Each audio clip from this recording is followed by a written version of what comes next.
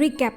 போன வீடியோவில் ஹாரியை அங்கிள் வர்னன் டட்லிக்கு என்ன ஆச்சுன்றதை எக்ஸ்பிளைன் பண்ண சொல்லிக்கிட்டு இருக்காரு. ஹாரியோ எக்ஸ்பிளைன் பண்ணறான் டெமெண்டர்ஸ் அட்டாக் பண்ணிடுச்சுன்னா. அந்த நேரத்தில் ஒரு 3-4 owls வருது. மிஸ்டர் வீஸ்லியும் சீரியஸும் அனுப்பிச்சிருந்த அவுலில் வீட்டை விட்டு வெளியே போக வேணான்னு, மேஜிக் இதுக்கு மேலே பண்ண வேணான்னு எழுதியிருந்தது. மினிஸ்ட்ரியில் இருந்து இன்னொரு அவுல் வந்திருந்தது. அதில் ஹாரியை எக்ஸ்பெல் பண்ணுறதை பற்றி அவனோட அஃபிஷியல் ஹியரிங்கில் முடிவெடுக்கப்படும்னு சொல்லியிருந்தாங்க.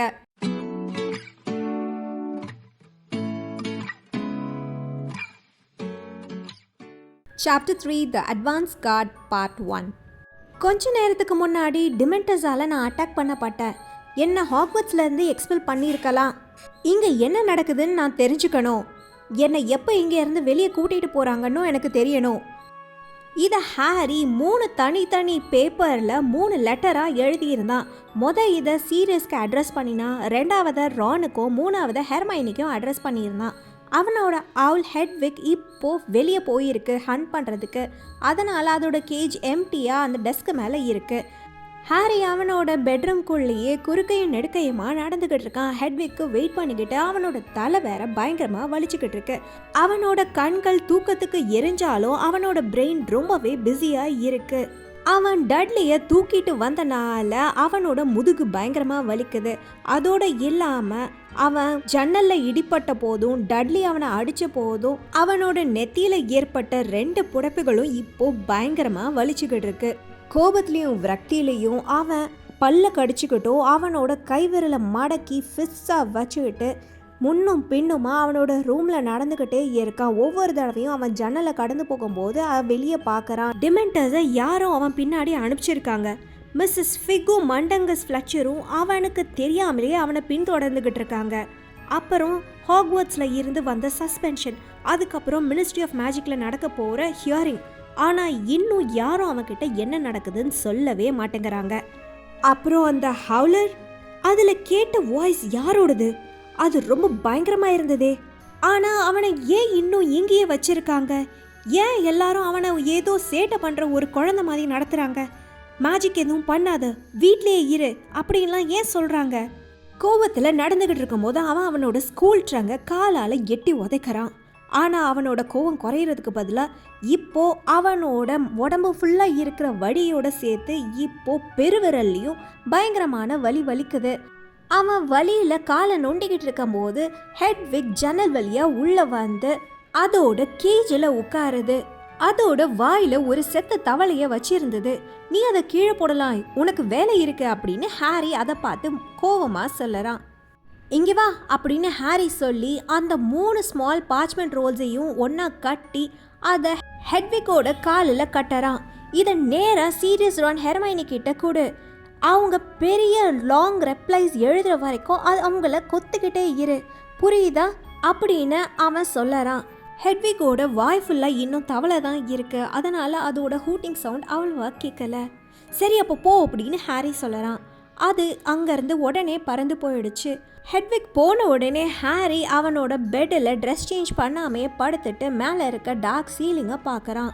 அவன் ஹெட்விக்கை வேற எரிச்சல் படுத்திட்டான் அப்படின்னு அவனுக்கு கவலையாக இருந்தது. ஆனால் சீரியஸ் ரான் ஹெர்மைனி கிட்ட இருந்து ஆன்சர்ஸ் வாங்கிட்டு வந்ததுக்கு அப்புறம் அவளை நல்லா கவனிச்சுக்கணும்னு அவன் யோசிக்கிறான். அவங்க சீக்கிரமாக பதில் அனுப்புவாங்க. அவங்க ஒரு டிமெண்டர் அட்டாக்கை இக்னோர் பண்ண மாட்டாங்கல்ல. அந்த ஒரு தாட்டோடையே அவன் அப்படியே தூங்கிடுறான். ஆனால் ஹெட்விக் அடுத்த நாள் காலையில் வரலை. ஹாரி அன்னைக்கு ஃபுல்லாக அவனோட பெட்ரூம்லேயே இருந்தான். பாத்ரூம்க்கு போகிறதுக்கு மட்டும்தான் போனான். 3 தடவை அன்னைக்கு ஆன் பெட்ரூனியா அவனோட ரூம்குள்ள சாப்பாடு தட்டை உள்ள தள்ளுனாங்க. ஒவ்வொரு தடவையும் அவங்க கிட்ட பேசுறதுக்காக ஹாரி போனா, ஆனால் அவங்க எந்த ஒரு பதிலுமே சொல்லலை. அவன் அதுக்கு பதிலாக கதவுகிட்டயே கேள்வியை கேட்டிருந்திருக்கலாம். இதே மாதிரி 3 நாள் போச்சு. ஹாரிக்கு இப்போ பாதி நேரம் கோவம் வந்துச்சு. ஏன் அவனை யாருமே எதுவுமே சொல்லாமல் வச்சிருக்காங்கன்னு. இன்னொரு இது அவன் மினிஸ்ட்ரி ஹியரிங்கை நினச்சி பயமும் இருந்தது. அவனோட ஹியரிங் ரிசல்ட் அவனுக்கு எதிராக இருந்ததுன்னா, அவனை எக்ஸ்பெல் பண்ணிட்டாங்கன்னா, அவனோட வாண்டை 2ஆ உடைச்சிட்டாங்கன்னா அவன் அப்போ என்ன பண்ணுவான்? எங்கே போய் இருப்பான்? அவன் திரும்பவும் வந்து டர்ஸ்லீஸோட முழு நேரமும் இருக்க முடியாது. இப்போ தான் அவனுக்கு மேஜிக் வேர்ல்டை பற்றி தெரியுமே. அவன் அங்கே தான் பிலாங் பண்ணறான். மேபி அவன் சீரியஸோட வீட்டுக்கு போய் இருப்பான். சீரியஸ் தான் இதை 1 வருஷத்துக்கு முன்னாடி சொன்னார்ல. ஹாரி அங்கே போய் அவனோட இருக்க முடியுமா? அவன் இன்னும் அண்டரேஜாக இருக்கானே, இல்லைனா அதை கூட அவனுக்காக அவங்க தான் டிசைட் பண்ணுவாங்களா? அவனோட breach of international statute of secrecy எவ்வளோ சிவியர்னு தெரியலையே, அவனை அஸ்கபன் கணிச்சிருவாங்களோ? இந்த மாதிரி தாட் வர வர ஹாரி அவனோட பெட்லேருந்து எந்திரிச்சு திரும்பவும் நடக்க ஆரம்பிக்கிறான். 4வது நாள் நைட் ஹாரி இந்த மாதிரி விஷயங்களை யோசிச்சுக்கிட்டு அவனோட சீலிங்கை பார்த்துக்கிட்டே அவனோட பெட்டில் படுத்திருக்கான். அந்த நேரத்தில் அங்கிள் வர்னன் உள்ளே வராரு. ஹாரி ஸ்லோவாக திரும்பி அவரை பார்க்குறாரு. அங்கிள் வர்னன் அவரோட பெஸ்ட் சூட்டை வேர் பண்ணியிருந்தாரு. அவரோட முகத்தில் பயங்கரமான பெருமை இருந்தது. நாங்கள் வெளியே போகிறோம் அப்படின்னு அவர் சொன்னார். சாரி அப்படின்னு ஹாரி கேட்குறான். அதாவது உன்னோட ஆண்ட் டட்லி நாங்கள் வெளியே போகிறோம் அப்படின்னு அவர் சொல்கிறாரு. ஃபைன் அப்படின்னு ஹாரி சொல்லிட்டு திரும்பவும் அவன் சீலிங்கையே பார்க்குறான். நீ உன்னோட பெட்ரூமை விட்டு வெளியே போகக்கூடாது, ஓகே? நீ டெலிவிஷனையோ ஸ்டீரியோவையோ எந்த ஒரு எங்களோட பொருட்களையோ தொடக்கூடாது அப்படின்னு சொல்கிறாரு. ரைட் அப்படின்னு ஹாரி சொல்கிறான். ஃப்ரிட்ஜில் இருந்தும் எந்த ஒரு சாப்பாடையும் திருடி சாப்பிடாத அப்படின்னு அவர் சொல்கிறாரு. ஓகே, நான் உன்னோட கதவை லாக் பண்ண போகிறேன் அப்படின்னு அங்கிள் வர்னன் சொல்கிறாரு. சரி அப்படின்னு ஹாரி சொல்கிறான். அங்கிள் வர்னன் ஹாரியை பார்த்து முறைக்கிறாரு, அவனோட எந்த ஒரு எதிர்ப்புமே இல்லாதனால. அதுக்கப்புறம் அவர் ரூமை விட்டு வெளியே போய் டோரை க்ளோஸ் பண்ணி லாக் பண்ணிடுறாரு. அங்கிள் வர்னனோட கால் தடம் ஸ்டேர்ஸில் நடக்கிறத அவனால் கேட்க முடிஞ்சது. ஒரு சில நிமிஷங்களுக்கு அப்புறம் ஃப்ரண்ட் டோர் லாக் பண்ணப்படுறதையும் கார் டோர்ஸ் மூடப்படுற சத்தமும் அவனுக்கு கேட்குது. டர்ஸ்லீஸ் போனனால அவனுக்கு எந்த ஒரு பிரச்சனையும் கிடையாது. அவங்க வீட்டில் இருந்தாலும் சரி இல்லைனாலும் சரி அவனுக்கு எந்த ஒரு வித்தியாசமும் தெரிய போகிறது கிடையாது.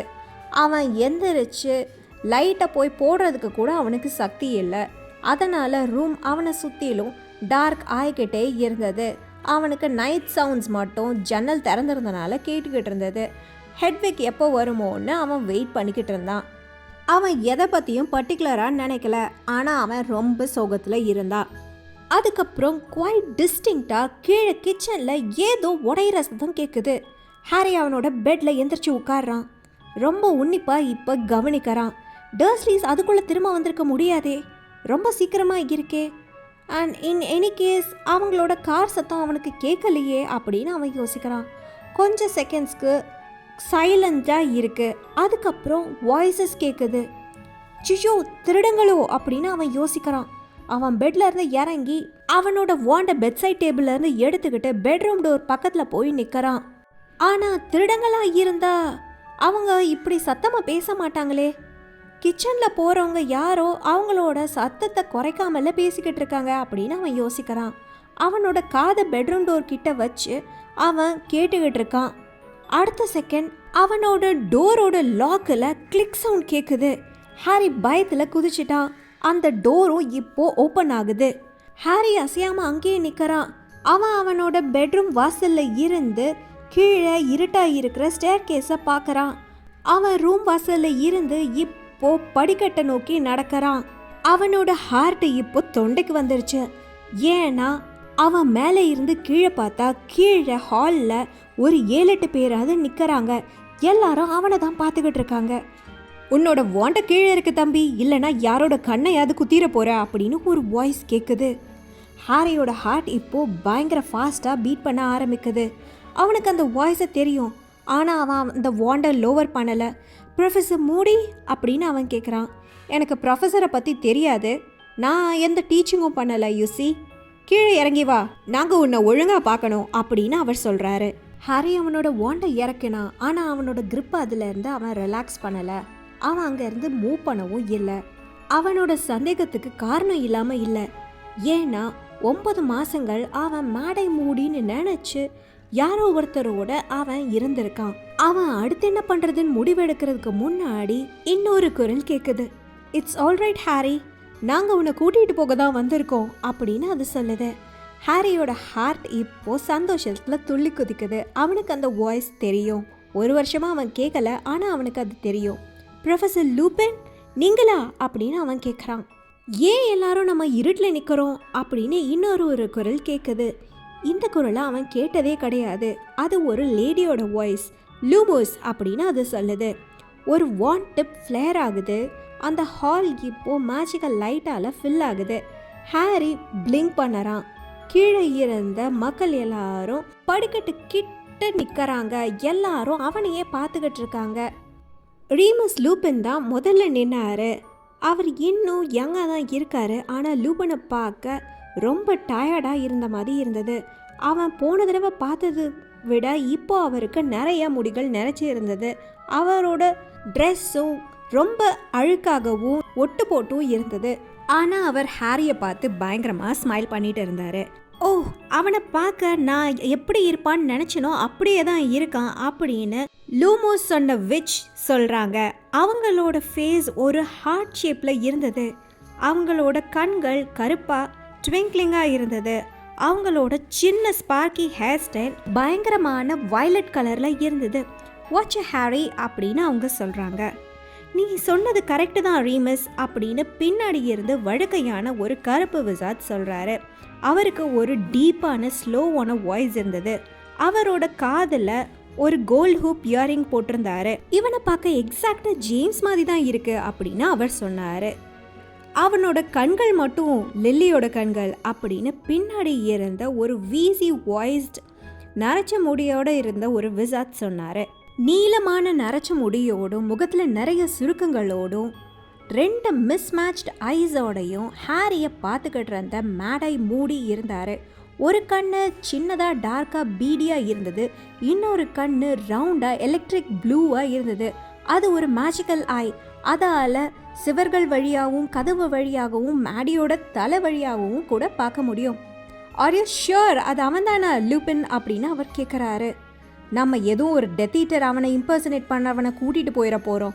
நாம் அவன்கிட்ட நிஜமான பாட்டருக்கு தெரிஞ்ச ஒரு விஷயத்த கேட்க வேணும். அன்லஸ் யாராவது வெரைட்ட சீரம் எதுவும் கொண்டு வந்திருக்கீங்களா அப்படின்னு அவர் கேட்குறாரு.